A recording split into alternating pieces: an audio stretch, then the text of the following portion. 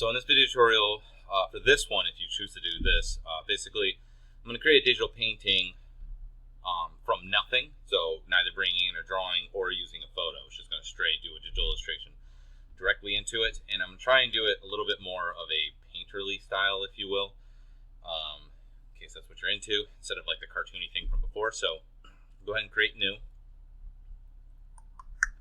and then I'm going to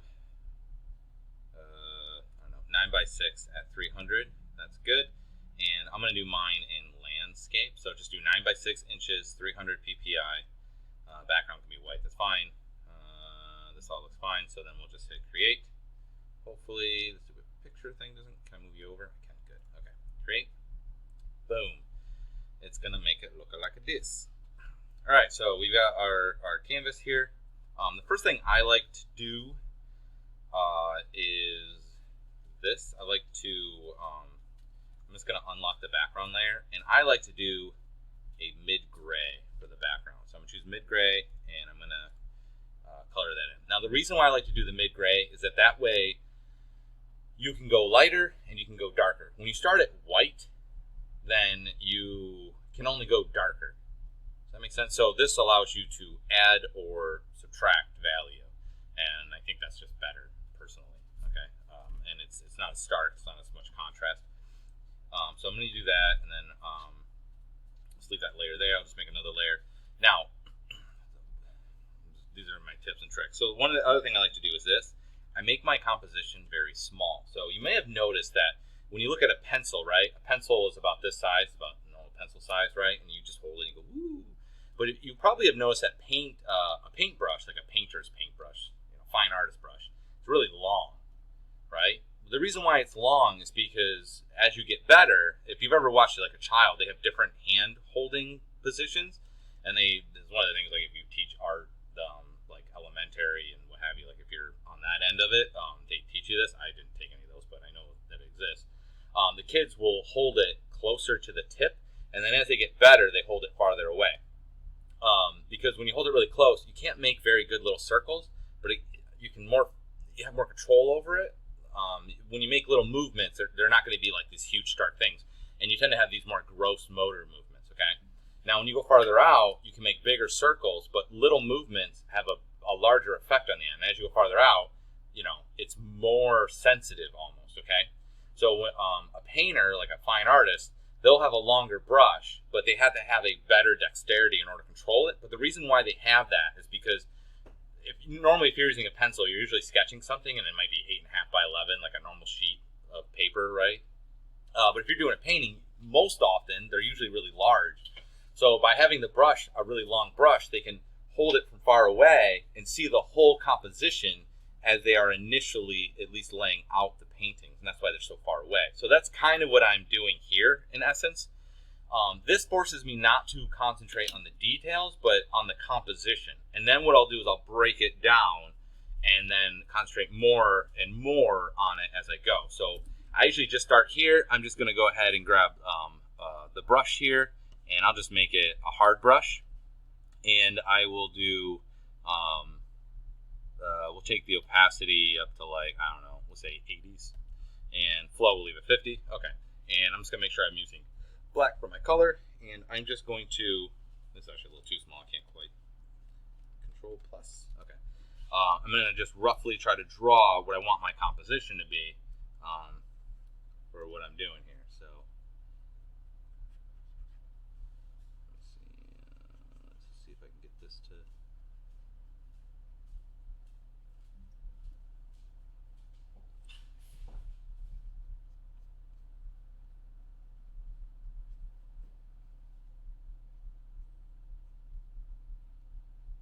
now the great thing is, because I'm in Photoshop, I can actually just go ahead and change this. So I'm going to hit Control T for free transform, Control T, and then I'm just going to move this over. I want a little bit more over here, and then, if I hold Control, I can like affect it, and I can scale it if I need to. Whatever I want to do. So I'm just going to do something like that, we'll say. Call that good, and then I'll hit Enter to execute it. Good, okay. So that's my basic starting position, right? And actually I need to add this is here. Okay. All right, so it's really rough. It's going to look even worse when I get up close to it, but at least it's a starting point, and I'll kind of go from here. So now I'm going to zoom in, say like here.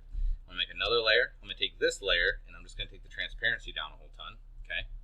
And I'm going to use this brush again and make it quite a bit smaller, and now I'm going to try and, kind of go from there. So, oops, make sure you're on the layer you mean to draw on. Let's make this a little bit smaller, okay? And let's see.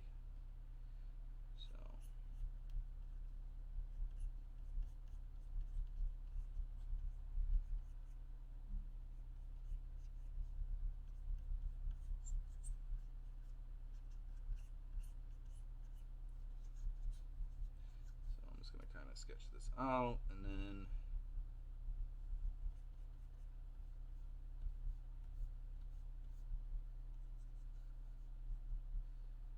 that's a little bit too much that way. Save my eraser real quick.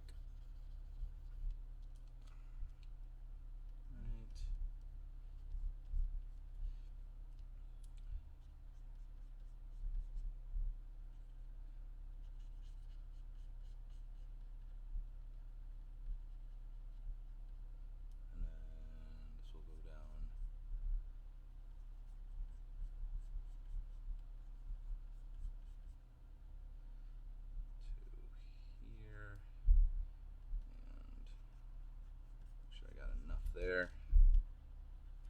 Alright, so I'm just erasing it too.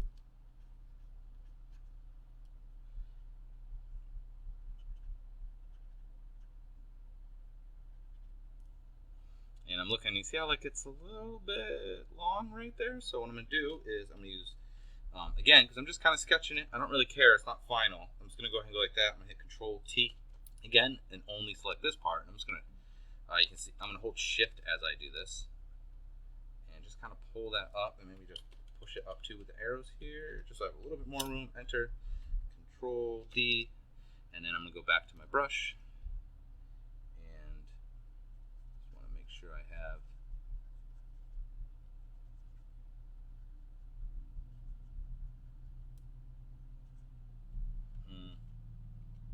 I don't really like that. I'm gonna do that.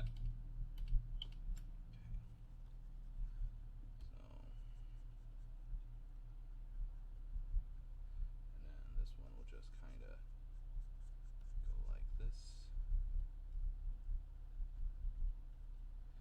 Alright, I'm going to Control T again. I'm going to hold Shift because I kind of want to shrink it a little bit this way.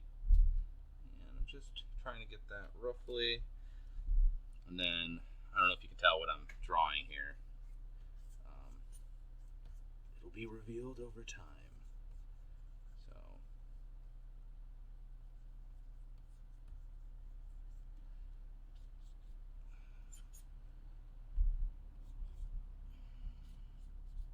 okay, so and I'm going to Control T again and just move this up like that.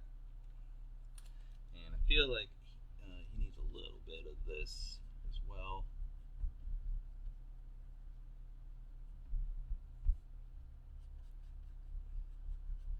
Alright, and there should be a little bit that's here.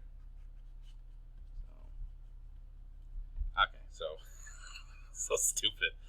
And then I need the horizon line, and I'm gonna actually go a little bit higher than it's supposed to be. I'm gonna try to put this at the 1/3 mark. Come on, roughly. There we go. Okay, good. Okay, so now again, I have another base drawing here, so I'm just gonna bring it one level above that again. So, and I'm gonna take this one, and I'm just gonna turn that one off. I don't need that one anymore. I'm gonna take this one that I just drew. I'm gonna lower that one down to around 25%. I'm going to go to this one, and then I'm going to do more of a finalized drawing because I'm going to zoom in even farther, and I'm just going to make sure that I go. It's the same thing when you're, a lot of times people is like, oh, drawing's this like God-given talent, right? Or they got a gift for it. And like anything else, there is a certain amount of truth that, like, some people are more drawn towards math and their brain just works that way, or they might be more artistic or English or scientific minds. I'm not saying that isn't a little bit true, but honestly it's mostly not. It's like anything else, it's a trained skill. I guarantee that if you took a drawing course, you would get, if I taught you to draw, I could make you infinitely better. One of the things that you want to do when you're drawing is you want to treat it like a sculpture, right? So if I was going to sculpt a human bust, I don't just start sculpting an eye and then a nose and then a whatever and then, right? You would sculpt a general kind of this shape, then I would kind of tighten it up, then kind of tighten it up, then kind of tighten it up, kind of tighten it up until you get like the whole thing. Same thing with drawing. You want to start rough and loose and then break it down from there. The very first thing you should do with every drawing, especially if you're doing it on a piece of paper, is ruin the drawing. Literally take a line and just draw through the whole drawing. As soon as you do that, as soon as you've ruined the drawing, you have nothing to lose. A lot of times when you're doing it, like, oh, it's got to be perfect. Just ruin it. Just ruin it from the get-go, and your drawing will be better because now you're free from that. It's kind of like the same thing as writer's block, where you start with a blank page. Just write anything. You know what I mean? Like, write the worst thing in the world, and then build off of that. But with this in particular, there's like a sort of stress. Just ruin the drawing first, then fix it. That's the way you should think about it. If you're constructing something, you're not just like, oh. And then over time, you'll actually get, you'll have less errors. You'll get better at it. But in the beginning, anybody can draw. Anyway, went off on a thing there. But so now I'm just going to further kind of break it down from here. So make my brush a little bit smaller, and I'm just going to try to make this a little bit more, accurate. So give them a little bit of a. Actually, I think I went this way with it, so that he's got a little bit of a wrinkle there. Okay.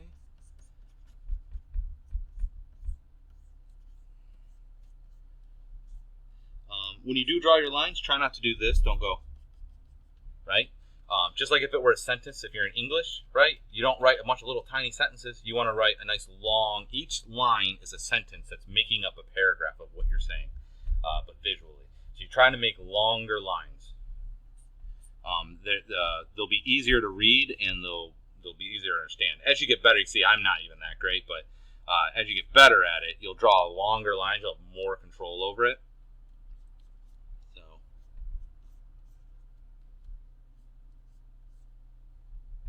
I'm obviously not the greatest artist here. You probably get an idea of how I make all my graphics now for my site here. Okay. And you know what? This should probably have a little bit of thickness since we're going for more realism with this one. As realistic as I guess this could be. Okay. And then we'll just, I'm going to give his leg a little bit of actual anatomy here because I think it'll be fun, more fun if it does.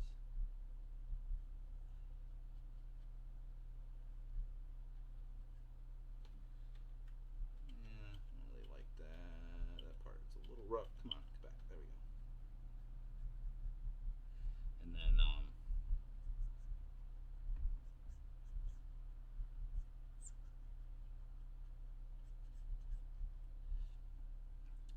her foot's kind of going down.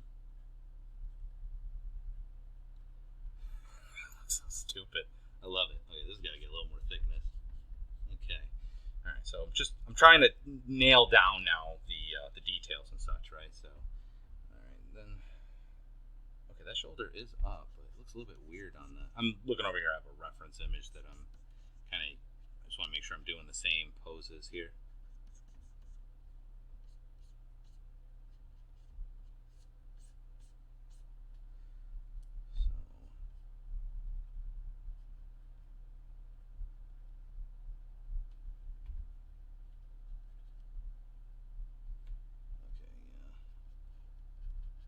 Only got 3 fingers, so, and then I guess she's got the thumb sort of like that, and then this one is a little bit lower.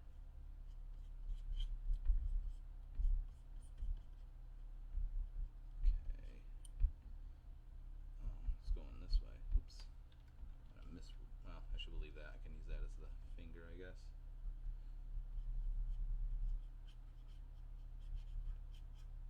Okay. Arm feels a little low.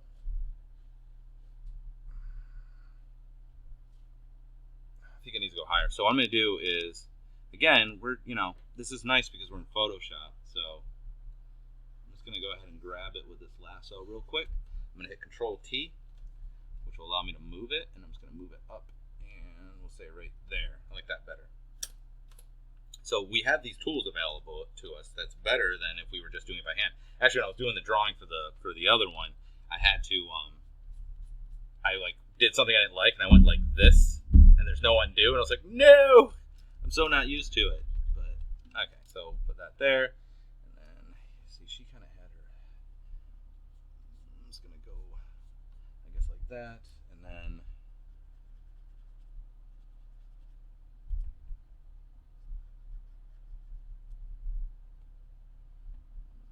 Maybe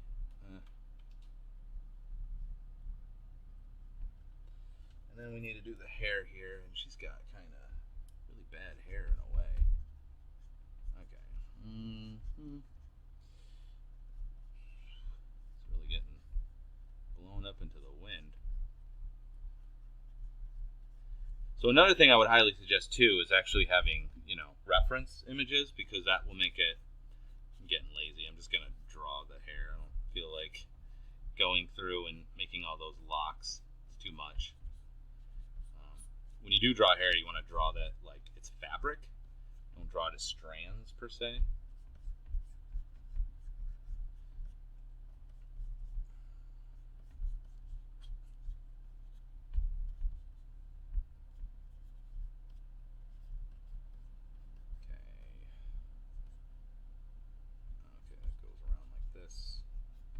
Okay, and then after that it was the clam thing here, so it's got to go.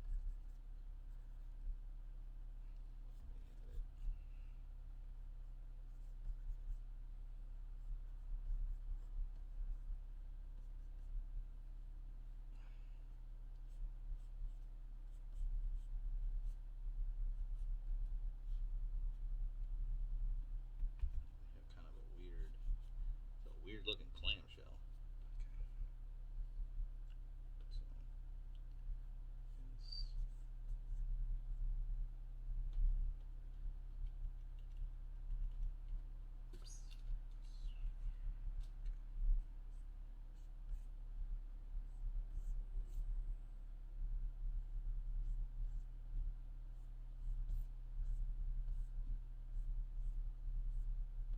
And there should be more here. And then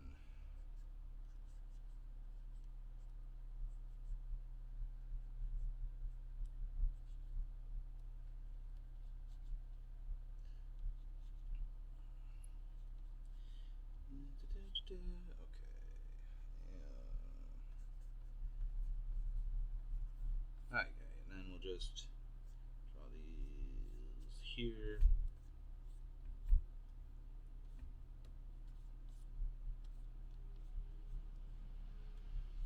Okay, so and then I had just this here, right, like that, right, so like that, and they had like ground kind of coming like this. That looks acceptable. Okay, so we're gonna call that good, at least as far as my first sketch is concerned. So now from here, what I'm gonna do is I'm gonna try and paint this. Okay. I'm going to do that in the next video just because this one's obviously taking a little bit longer, so sorry about that. So what I'm going to do is I'm just going to, again, turn this one off, and now I just have this picture, and this is the one that I'm going to draw from. So hopefully you got that. It's, what is it called? Birth of Venus, I think the name of the painting is. I'm going to do that in the next one. We're going to paint this, and I'll make it look very painterly is basically the goal that we're